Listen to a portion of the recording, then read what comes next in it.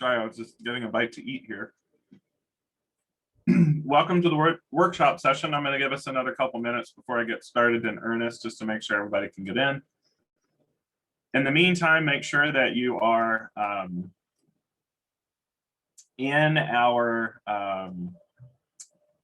Moodle course for this presentation. I'm going to go ahead and put that on the screen.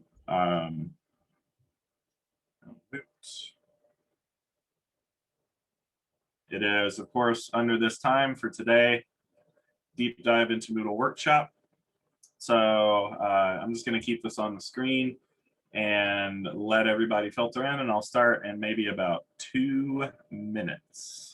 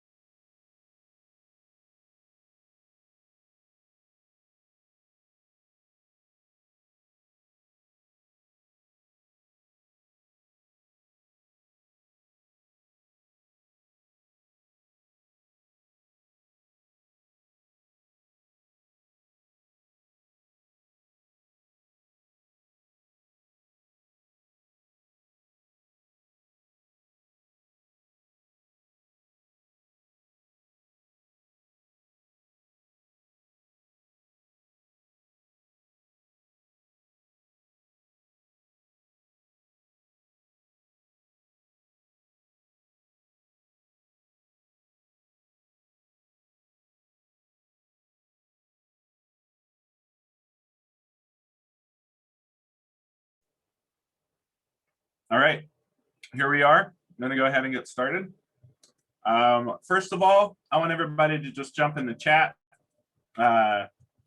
Just to let me know that you're here. Tell me kind of who you are, where you're from. I know a lot of you already, so this is probably an exercise, and something we've already done, but just good to get started. This is going to be a very interactive, participatory session, so I want to make sure that you're all awake and ready to go, because I need you in this workshop to make this thing work.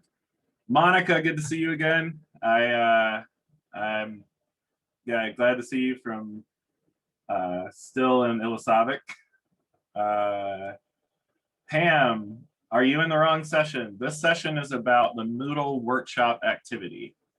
So if this is not the session that you're looking for, then depart the plane now. I always like that when I'm on a plane and they say, like, just so everybody knows, this plane is going to Helena. So if you're trying to go somewhere else, you better get off.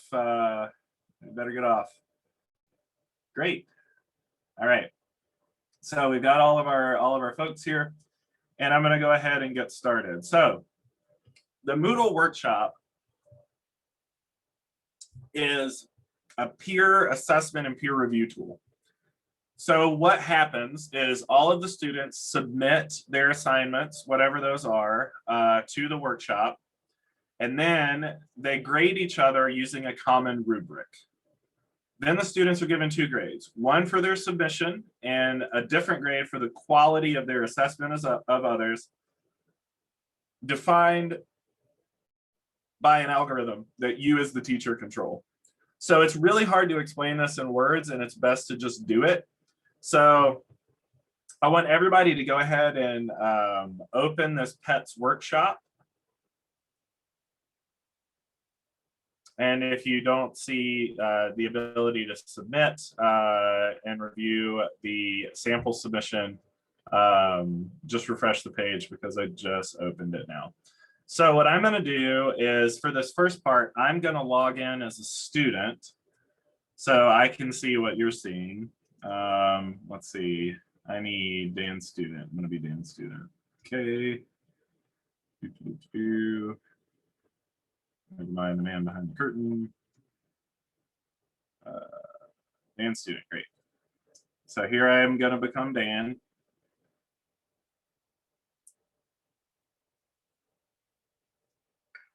All right, so here's where you should be on Deep Dive into Moodle Workshop. when you click Pets Workshop, you should see the example submissions to assess. So before you can submit, you have to assess these 2 example submissions. Now, this is a feature that I like because it forces the student to look at the rubric before they can actually submit. One of the problems with rubrics is we often don't familiarize the student with them before they write their paper, or we say, oh, the rubric is in the syllabus, or maybe the rubric's over here, but we don't actually force the student to review it. MoodleWorkshop can make this step happen. So everybody, let me know if you're having trouble getting into this. If it's working for you, also put something in the chat just so I know that we're all together here so I can move on. So the first thing that I'm going to do is assess this example submission. Good. Okay, great. Thank you, Ellen and Michael. So here is the example submission. My uncle had a dog named Bruno. He was dumb.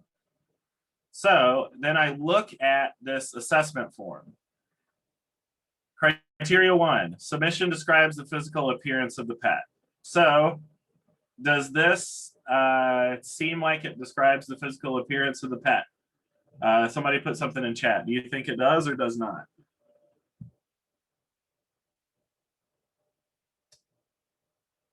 All right, great. So let's pick our level here. I'm going to say the submission is present but does not describe the physical appearance of the pet. Okay, that's one of my criteria. Submission describes the personality of the pet. Go ahead and put in what you think should be the answer. And you don't have to do the same ones I'm doing. You can do whatever you like. In fact, if you just want to do crazy things, please do, because it'll make the demonstration more interesting. Mediocre, good, good. Does not describe why the writer likes or dislikes this. Okay, so I'm going to put in here this open-ended feedback. Bad job. So I'm going to save and close. Now, what I'm going to see, this is the reference assessment. So this is what the teacher graded this as. So we see the teacher said it doesn't describe the physical appearance. It does a mediocre job describing the personality and does not describe why the writer likes or dislikes the pet. Turns out my assessment was exactly the same as the teacher. So I know, oh, and this is the overall feedback for the reference assessment. Submission leaves out 2 major criteria. It can't get a good score. So does anybody have questions about what we're looking at here? Type them in the chat or just pipe up and unmute yourself and let me know if you guys are tracking what just happened here and what it means to have a reference assessment. Okay, so I'm going to continue on. When I'm done here, I'm going to up here at the top. Go ahead, Bruce. Sorry. Ellen. I'm following along, and I just did the same as, you know, I did the assessment myself and submitted it. But how do you know that yours was exactly the same other than you are the instructor? Well, this reference assessment right here, this is what the instructor did. Got it. So okay. I see it's 15 out of 25. And that's a good question. And that's one of the things about the workshop. I think it's really important to go through one like this. Like I will actually give you the backup file for this if you want to use it, so that you can have students go through the whole process before they actually, you know, have to do it in real time, because it's very complex and powerful, but we don't have a gestalt for it, right? So it's good to practice it first. So yeah, great question. So now that I'm done with this, I'm going to go back up to the breadcrumb trail and I'm going to click Pets Workshop. You come along with me? Yep. I'm mute. All right, so for anybody who has joined since we started, you'll want to go into Deep Dive into Moodle Workshop and then click on the Pets Workshop right there and participate with us as we go through, so you can see and have fun with us. So again, Pets Workshop. Now we see that I've assessed this example submission, Bruno. Now I need to assess a different sample submission, Petunia. So everybody go ahead and click assess. And here it is. I had a Chihuahua named Petunia when I was a child. Petunia was a long-haired dog with pink bows in her hair and a pretty white spot over one eye. She would prance around like a pony every day I came home from school. She was so happy to see me. At night, she would scurry onto my lap, scurry onto my lap and snuggle beneath the blanket. I loved Petunia because she was so happy all the time and loved to snuggle with me whenever I was around. So I am going to randomly call on somebody. So everybody get ready. I'm gonna have, Monica. Monica, unmute yourself and tell me generally, what do you think of this submission versus the last submission with Bruno? I would say the last one, the last option. The last option. Yeah. Its description is poetic and detailed. So you think this is better than Bruno, right? Yes. Cool. So everybody go ahead and put in your, I'm gonna actually do different ones here just for the heck of it. Great, but I hate Chihuahuas. So I'm gonna go ahead and save and close this assessment. And now I can see that the reference assessment, again, this is the teacher's assessment, gave it a 25 out of 25. Great work. I love that she wore pink bows. So this is what the teacher did to this assignment. And then this is mine, 17 out of 25, which isn't quite so good. So I need to recognize that my application of the rubric was different than the teacher's.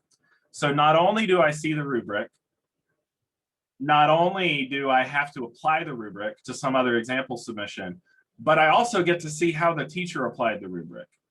This is such a powerful preparation for the student to submit their own submission. They not only know what the requirements are, but they also know that this is how the teacher is going to apply the rubric. So does anybody have any questions about what the expectations for this assignment are before we move? Because you're going to have to respond to this assignment next. We've seen the example submissions. Does anybody have any questions about what the criteria by which you're going to be evaluated are? You put it in the chat. Give me a yes or no. Or you can unmute and talk about it.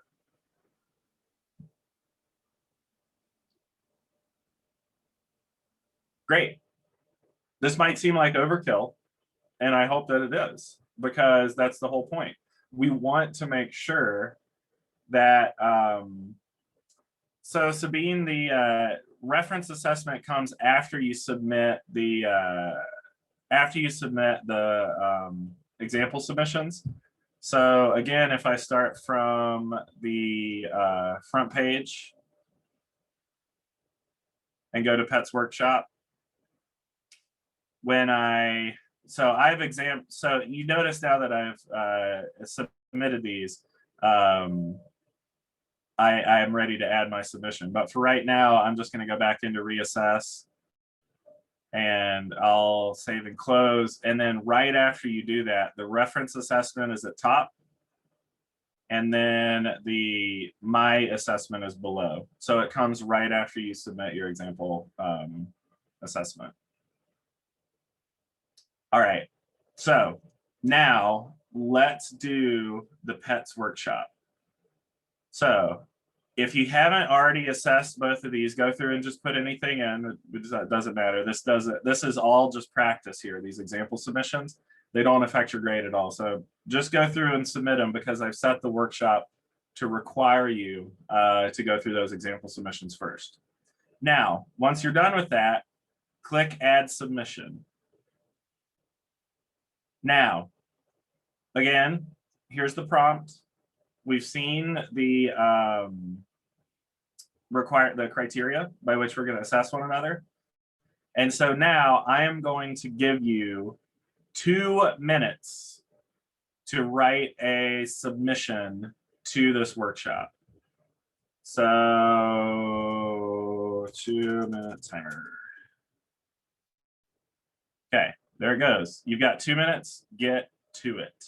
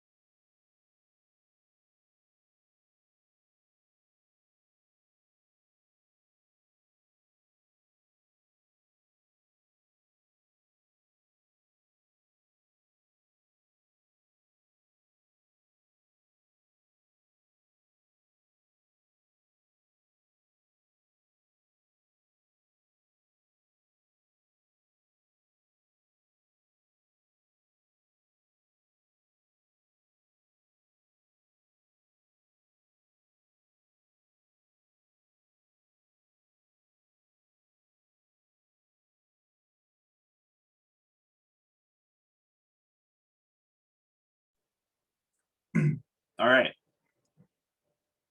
I hope everybody has now written a poetic and detailed description of a pet that they like or dislike and the reason for that. Do I have any questions or anybody that has trouble before we move on to assessing one another?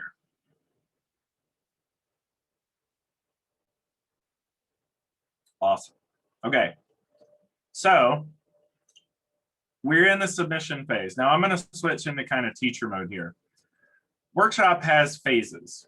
The setup phase is where you add all the example submissions and set things up. The submission phase is where people submit. So I'm expecting everybody to submit during this time. So let me switch my hat back over to teacher here. Now I'm looking at the teacher view. So I see that we have 12 submissions. So there are a lot of people enrolled in this course that aren't attending. So, but that's fine. So now what I'm going to do is we've got 12 people who submitted. Now I'm going to allocate those submissions. And so this screen is where I can add reviewers and reviewees. So if I want someone to review Ashley, let's say Katie's going to review Ashley, right? And then conversely, maybe I could make Ashley a reviewer of Katie as well.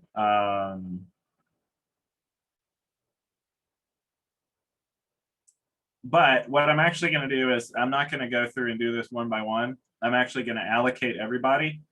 So I want 2 people to review each submission. Okay. Now, I'm not going to check this. Participants can assess without having submitted anything because we have a lot of people that are in this course that aren't present. So I'm setting this to only people that have submitted are going to review each other. I'm going to go ahead and click Save Changes. And now we can see that every person that submitted has 2 reviewees and 2 reviewers. All right. We see we've got 2 reviewees and 2 reviewers here. So I think this will make more sense if I just kick it over into the assessment phase. So let me do that. So now, if you refresh your page as a student, you will see that you are able to assess 2 other people that have submitted to this workshop. So let me switch back over to a student. And I'll do this review with you guys.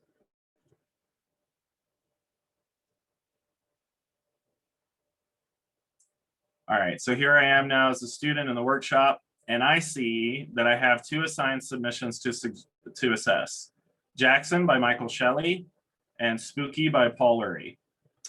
Does anybody, let's all get to where we can see our assigned submissions to assess and let me know either verbally or in the chat if you're having any trouble with that.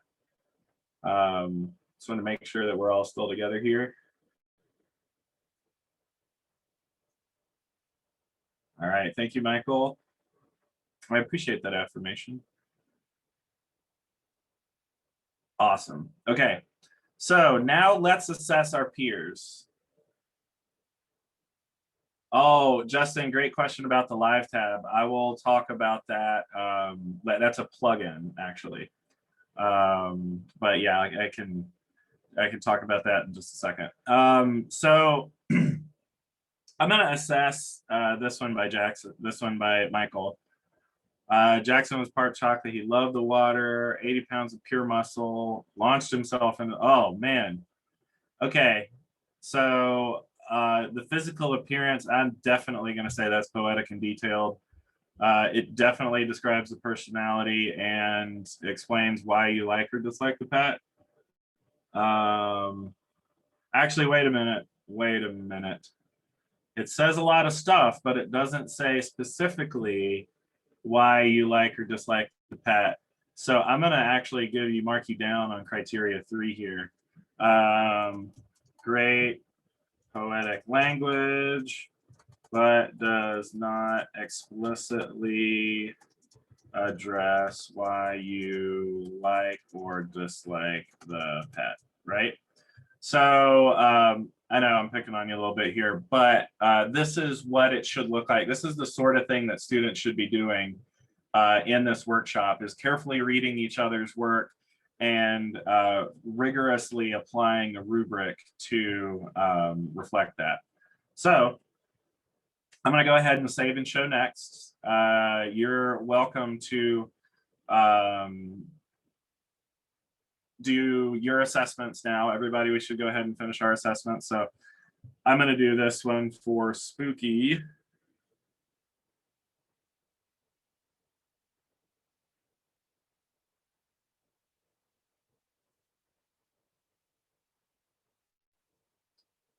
Justin, refresh the page and see if it will get to the assessment phase. Oh, Justin, did you submit one? Oh, okay, that's good. All right, so I'm going to switch back over to teacher while you guys are finishing your assessments.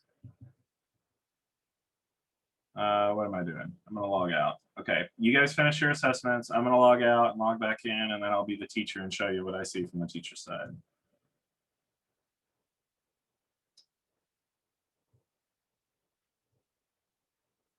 All right, now I'm watching these pour in. So I see that Bailey the herd dog got 25s from Monica and Ellen. I'm gonna sort this by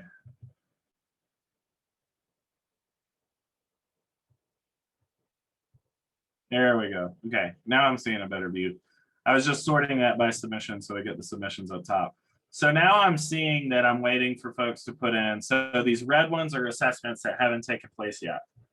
Oh, is there a way for learners to opt out of the peer assessment? That's a great question. And the answer is no. This is definitely for peer assessment. That is the whole point. If you don't want peer assessment to happen, I would probably do it in an assignment. Actually, I mean, I guess you could, as long as you don't assign someone to assess the student, they won't get assessed and the peer assessment stuff won't happen. They could even grade themselves based on that rubric, and you could grade them based on that rubric, and you could compare them back and forth. That's actually a really phenomenal idea, now that I think of it. So yeah, good question, Bruce. But out of the box, workshop is definitely meant to drive this peer-to-peer assessment. So let me refresh the page here. All right, so we still have Michael needs to assess Monica and Ashley needs to assess Paul.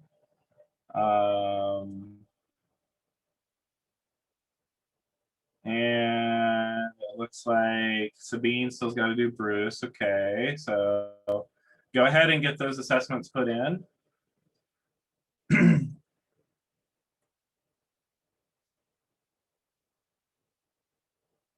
The submissions actually, I think, are anonymous by default, if I remember correctly. It's and the feedback's definitely anonymous. So I'd have to log back in as a here. Let me log back in. When I went to do the to grade or reassess the submissions, I could see who put them out. And I work with in-service educators who I would love to use this, but they would be very hesitant to have their name out there on something there. Right, and that is one of the things. Hold on, I just want to go in here and see. Oh yeah, we do have the names. Let me see. I think there might be a setting to restrict that. Thanks. But really, one of the radical things about this is putting the Sabine, yes, the educator can see, and we're gonna go through that grading evaluation process here in a second. Is sort of this radical openness and community orientation toward learning. We learn in social context, and Yes, Bruce, there is a require self-assessment as well. I'm going to jump into the settings here and take a sidebar and see. Here's the students may assess their own work tick box. So if you want them to assess themselves, let's see. Yeah, I don't think we have the ability to turn off who gave the submission. But I don't want that to get in the way of this. Like, it does take courage to share your work with other people. And, you know, I still think I would still use it, but keeping that in mind, depending on the audience, build trust or make sure it's really low stakes. Yeah. If I could add, we are currently using student work peer review quite often in our curriculum, and with the way we have it set up in the system currently, it is by default that all the feedback is associated to the person giving the feedback, so students can see who gave them what feedback. Mm-hmm. And it's actually helped us keep the feedback constructive and beneficial in nature. We deal primarily with a younger audience. It's in trade education. And so we were concerned that if it became anonymous, that there would be a lot of negative commenting or unconstructive feedback shared. And we have not had any instances of these feedback tools being misused. So for us, it's actually been a positive that the names are associated with the feedback comments. I've had this discussion with multiple other educators that I've talked to workshop about, and there is this like FERPA comes up sometimes in higher ed, like, well, I'm letting you see the other grade. There is a specific exception in FERPA for peer review. Like, you're not showing aggregated grades for these students. It's part of the process. And I will say, teaching freshman seminar classes, I saw the most improvement in paper formatting, citation, construction using the workshop, because students were able to see not only here's what a good paper looks like, but like, oh, this person right next to me wrote this paper, like I can do that. Like and it's like brought everybody up to the same level most quickly. All right, so I think we've gotten all of our submissions assessed here. Okay, good. I'm seeing all green and seeing all green here. So now I'm going to switch to the grading evaluation phase. Here is where things get interesting. So now my job as the teacher is to go through and assess each of these submissions, right?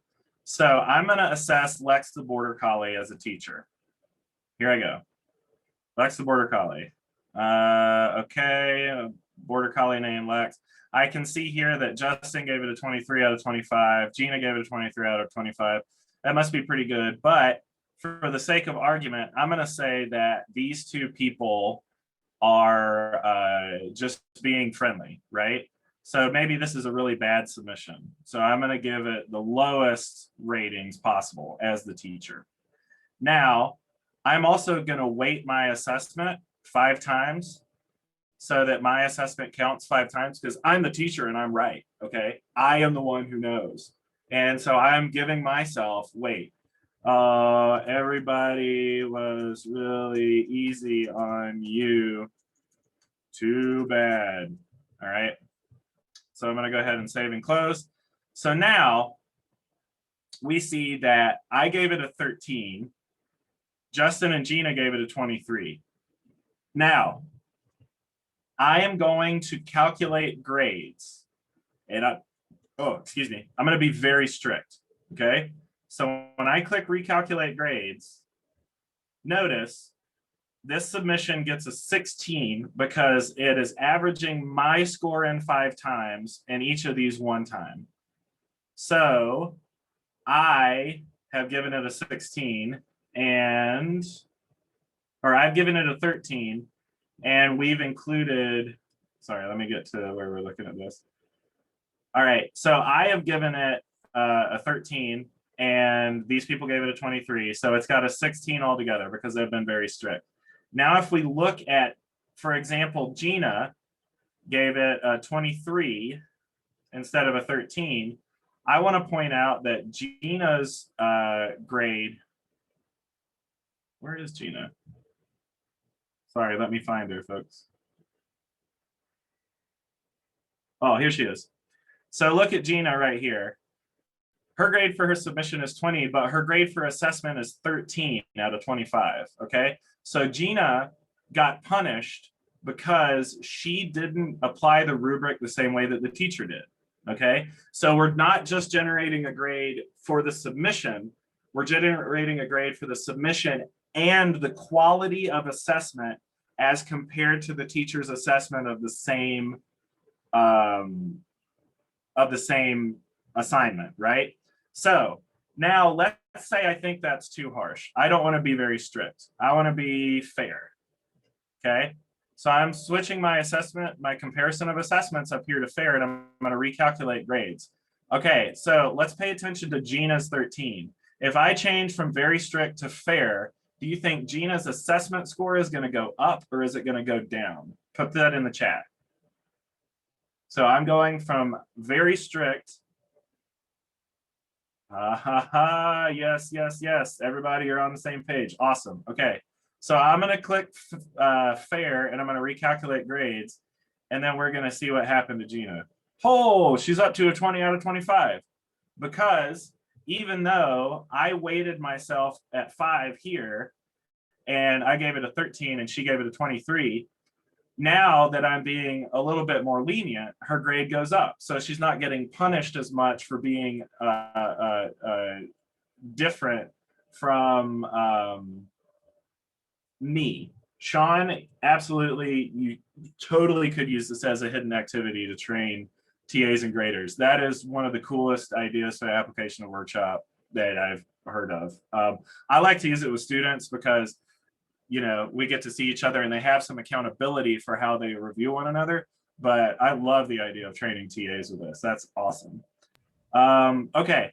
Ryan, just quick question. Sure. What you just did with changing from strict to fair just had to do with grading folks on their grading of others. Yes. Okay. Okay. Now, if I wanted to, let's say that I want to change this. So I'm looking at Ashley's Lexa Border Collie here. I'm going to go back in here and I'm going to weight my assessment down to 1. Do you think, and I'm putting you on the spot, Ellen, will Ashley's 16 go up or down if I change this number? It's going to go up. I think so. Now, let's recalculate these grades. You're right. So she went from a 16 to a 20 because now I'm only in there once. Yep. So we're using an algorithm to grade students, right? We're using a program to grade students, but we control the levers, right? It's not like, and this is one of the things that I've heard a lot of faculty say, I don't want to turn my grading over to some program that I don't know how it works. That's fair. I wouldn't want to do that either. But the workshop is like, you are the wizard behind the curtain, pulling the levers and turning the knobs and making this grading algorithm work the way that you think that it should. So I think that's really cool. Also, I can't figure out how I would do this without this tool. I was an 8th grade English teacher. I had students write 4 significance papers a year. I had 150 students at a time. And there's no way I could go through and it's enough to just assess the papers, but to assess each other's peer assessment of one another, that multiplies the work but hugely. So I actually don't know how I would do what's happening in the workshop without the workshop tool, right? I don't think it's possible. So anyway, let me go ahead and close this workshop. So I'm going to hit close. And now your grades have gone into the grade book and you can see each other's assessments. So Go ahead and refresh the page, and then you will see your feedback from other people, just for fun. I'm going to become Dan student again and look at it from my student perspective as well. Okay, log in as Dan. Pets Workshop. All right, so I got a 13 out of 25, but I got a 25 out of 25 for assessment. So when I want to see my submission, I'll click on it. So I'm going to click on Duke here, and I will see my submission. And then here's an assessment. Now this is anonymized, so you can make this public so you see who gave you the feedback.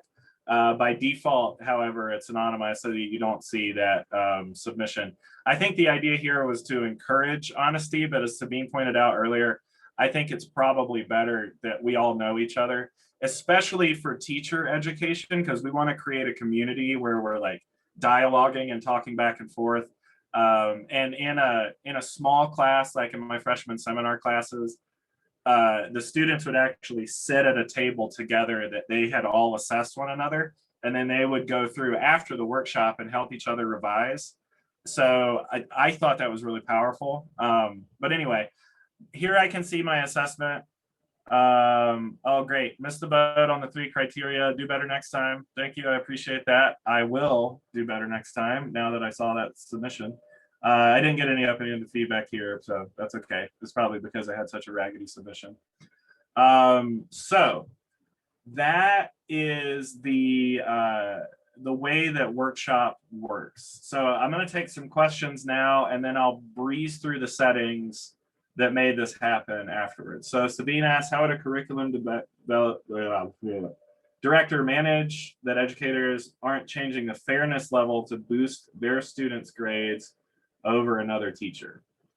Well, you could restrict you could hide that field and have it so that they can't change it. Sabine, we could certainly do that for you at MLC, so that there's only ever one option, and that's just the same for everyone. So yeah, that's a really good point. I hadn't thought about applying this at scale across different courses taught by different teachers, but the same course. That's a really, really good point. Do I have any other questions or comments about this? Yeah, go ahead, Katie. So I put it in the chat because I was in the process of typing it, but I can just ask. So you as the faculty member didn't assess the students, right? So the grade went completely off of the peer assessment. What happens if the student wants to object to the peer assessment? Peer assessment says, oh, you didn't say that it was a cat, and it was required to say what type of animal it was. But in fact, the text does say it was a cat. So that peer assessment is flawed, but is how the student gets the grade if the faculty member doesn't assess. That's a great question. I would go in here. Here's the assessment by Justin, and I have the ability to make this assessment worth 0. So I'm throwing that one out. And so then I save and close, and then I'll go and I probably have to go to the evaluation phase to recalculate. So let me do that real quick. Recalculate. And so now you see that this grade at 18 because Justin's is weighted to 0. So I've thrown it out. I can also override grade for this. So override grade for assessment. I'm going to give him a 2 because it was really bad. And I can actually give feedback to the reviewer. Very bad, be harsher. Very bad. Elmer Fudd there. Okay. So now I've overridden, look at that. I've overridden his grade for assessment there so that he's now, deal with it, Justin. But just kidding, I'm just picking on you. Okay, so I'm gonna go back to close. Sorry, buddy. So how much detail gets reported on this in student reports? Sabine, can you flesh that out? Like, do you want to know like log entries and stuff? Is that what you're asking Yeah, about? so in our scenario, we need to report on the amount of time spent on activities as well as the date. And whenever possible, we like to be able to see engagement points with the various activities. So I'm just wondering to what extent on a student access log or something of that nature, this would show as an activity that's been Come on in. completed and participated in. Yeah, so here's Hold on. the logs for this workshop. You know, I can see when people logged in, and we could add, I mean, you'd have to add the timer. That's not in by default like it is in lesson. I'm sure you know lesson gives you how much time they spent on, but it's obtainable. It's not built in, but it's obtainable to report on time here. Thank you. Seems like communicating the grading criteria to students is really important. Does that ever cause confusion or arguments from students? Well, it hasn't for me, and I haven't heard that it happened to other teachers. Doesn't mean that it couldn't happen, but what's really important is walking the students through the idea first, which is like, but why I said I'll give you this, I have a zip backup file of this exact pets thing. You can just drop it in your course and like run students through it like we did today. It's totally worth the time to learn it, especially if you're going to leverage peer assessment over and over again. But what I found is students by and large really appreciate it. And I mean, I've even had a student say, it's never been clearer to me what I need to do. I really appreciate the workshop activity because I know exactly what's expected of me. And these students spend a lot of their academic careers not knowing what the teacher is expecting of them until afterwards. Like you get the paper back and it's got the red marks on it and you're like, geez, I wish I'd have known that before I wrote the paper. But then you're relying on the student to 3 weeks later, when you give them the next paper, to pull out your red marked paper, figure it out and synthesize something new without any direction on how to do that. So what actually I like best is to do the workshop, have the students interact with each other, have that grade be kind of low, and then have them submit a final draft to an assignment module where I, the teacher, grade it myself. So it's like, not only do you have to look at the rubric, not only do you have to draft it, you have to assess other people's, and then you have to take everything you learn in that workshop and close the feedback loop so that you revise the paper. That is, I think, the most powerful thing possible when it comes to versioning anything, you know, having students iterate on it. Okay, so what's the benefit? So Monica, tell me about live peer assessments in Google. Is that just like, are you guys doing comments on Google Docs? Is there a rubric? Is there, can you unmute and give me an idea about that? I think that she's referring more to, you know, that all the students are logged in at the same time and they can see everybody's feedback, you know, live, you know, because when you, as it's happening is, you know, you can share the link and users are able to edit a particular document.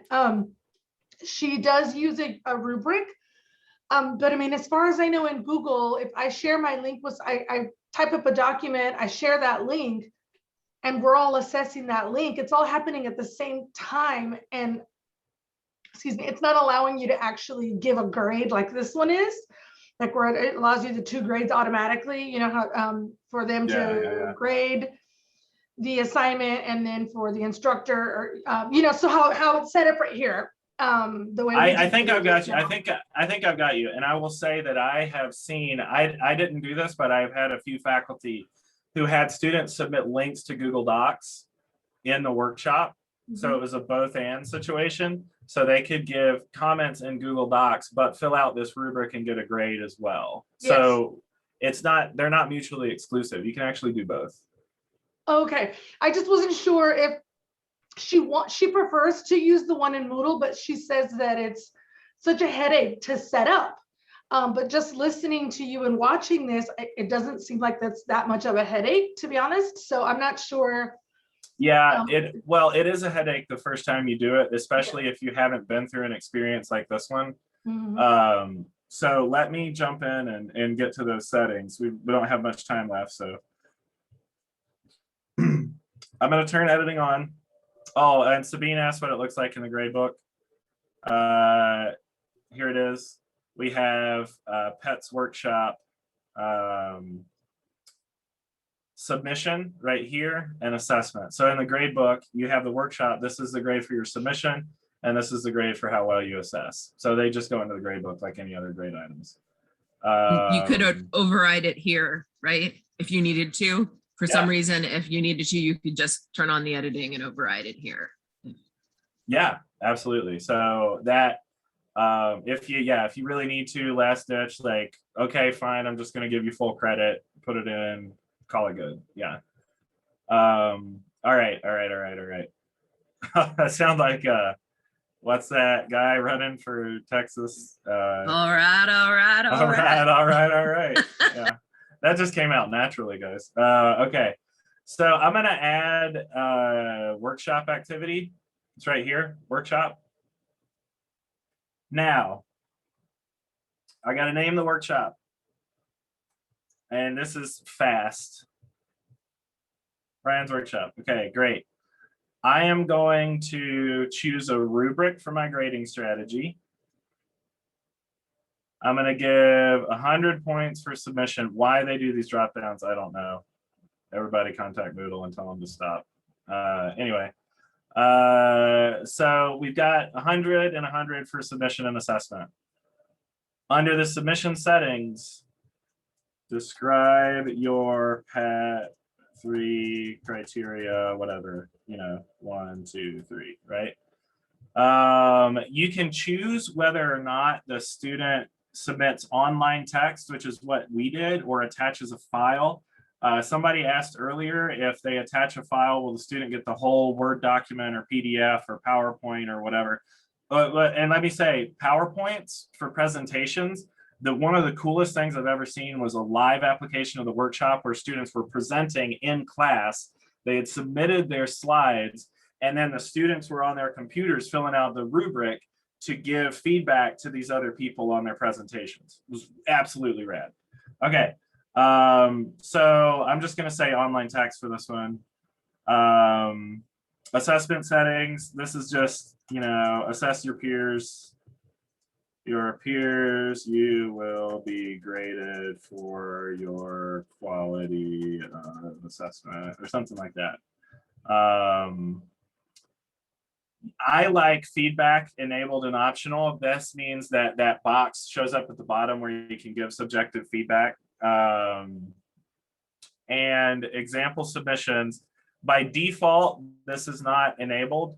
But if I want to do what I did today, I'm enabling example submissions, and I'm saying examples must be assessed before unsubmission. Okay. So now I'm just going to click save and display. We're officially at the end of my time, so I'm going to just finish this out real quick. So now I'm in the setup phase, and I have, you see these checks? I haven't set it up yet. So I've got to edit my assessment form first. Here's criteria 1, style, 4, mediocre, good, incredible. Okay. So I would go through and I can fill out, I can add more criteria and stuff. I'm just going to do this one right now because we need to move on. So save and close. All right, so now we see I've got a green check because I've edited my assessment form. I want to add an example submission. Pet. Blah. So this is my example submission. This is what the students are going to see. I save changes, and I have to assess it now to provide that reference assessment. It's incredible. Great work. You are a true hero. Okay. So now I've edited the assessment form and I've prepared the example submissions. And so I'm ready to switch to the next phase. Because right now students can't submit.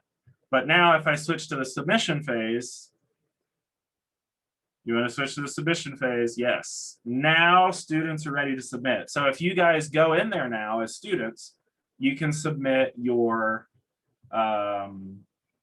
work. So this is disorienting to folks, this whole phases stuff, until you kind of wrap your head around the whole thing. It's hard to understand where these individual pieces fit in the larger gestalt of the workshop, right? So the, and somebody asked about live submission allocation. It's actually really pretty cool. This is a plugin, live allocation. You'd have to install it. So I have to enable late submissions. So there's this thing that happens in workshop all the time. Students all submit except for 2 of them or 3 of them. And then you switch to the assessment phase and everybody's assessing each other. And then that student's like, oh, I forgot to submit. I need to still, you know, participate. And you have to switch back to the submission phase real quick so they can submit and then switch back into the assessment phase. That's not that big of a deal, but live allocation allows you to, it like combines the submission and assessment phases so that people can submit and assess in the same phase. So that's what live allocation is. And again, it's a plugin. And if you use Workshop a lot, you'll understand why you want to use it. Yes, Sabine, they can be set up in a central content area and reused in multiple courses, 100%. Actually, what I did was I have a, this is the first time I've used this pets thing. It's kind of like one of my go-tos. So what I actually did was I went to restore. And then I have a, let me find it. There we go. Downloads, maybe. Yeah, here we go. So I backed this up, just this one thing from a course. So this is a Moodle backup zip file, those MBZ files, and I'm going to restore it. Deep dive. All right, just running through this process real quick. Yes, yes, yes. Come on. Yes, yes, yes. Of course, I want to do all this stuff. Perform restore. Okay, here we go. So now that it's actually called practice workshop in my Moodle backup file. So I just dropped this zip file in here, and this is the exact same thing, and all the settings are ready. So like I could switch into the submission phase. And then, you know, you'll see this is all already here. So I would do it with a backup and restore or an import or sharing cart. So like there's a few different ways to skin that cat, but yes, the answer is yes. I did a manual walkthrough, but yes, Sean. Sharing cart, okay, so sharing cart's cool. It's another third-party plugin block. You can see it down here. If I want to save practice workshop, I just click this sharing cart button, confirm, and then see it's there. So anytime I want to go to some other course, let's say I've got a sandbox, maybe. So here I am in my sandbox. Let's say I want to use that. I've got to add the block real quick. Add a block, sharing cart. And here's sharing cart, and then you see there's my practice workshop. I want to copy it and drop it in, and there she blows with the sharing cart. So yeah, that's the better way to do sharing cart. And so sharing Is it cart only between your account, or is sharing cart like I put it in there and anyone can see it? This block is user contextualized. The Okay. sharing cart block is for you and you only. But what you can do is create a central content repository course, and then say, hey, go in there and sharing cart that workshop and drop it in your course. So that's what, yeah. Whew. All right. Thank you. So other questions? Yes, there is. Here's what I'm gonna do. I'm gonna go to that course that we were in, the deep dive into whatever we were doing. Here it is. And I am going to, under topic 1, free practice workshop. And I am going to drop this file right there. So you should be able to go and download that file now out of the course and use it for yourself. Let me know if you have trouble with that. I'd be happy to troubleshoot it. It should be pretty, I mean, as long as your Moodle's like 3.9 or later, probably, I think is about the cutoff for this to work. But yeah, you guys take that and do whatever you want to with it. All right. Awesome. Thank you, Michael. Download works, parting gifts. All right, I'm giving, hold on just a second. I'm gonna get, before you go, I'm gonna give a big MootCoin boost. Okay, I got a picture of everybody that's here. I'm gonna throw out a bunch of MootCoins to you guys. Thanks for coming, and I will see you in some other session or at the social hour or something. Thank you. That was great. All right, thanks everybody. Have a great lunch. Thanks.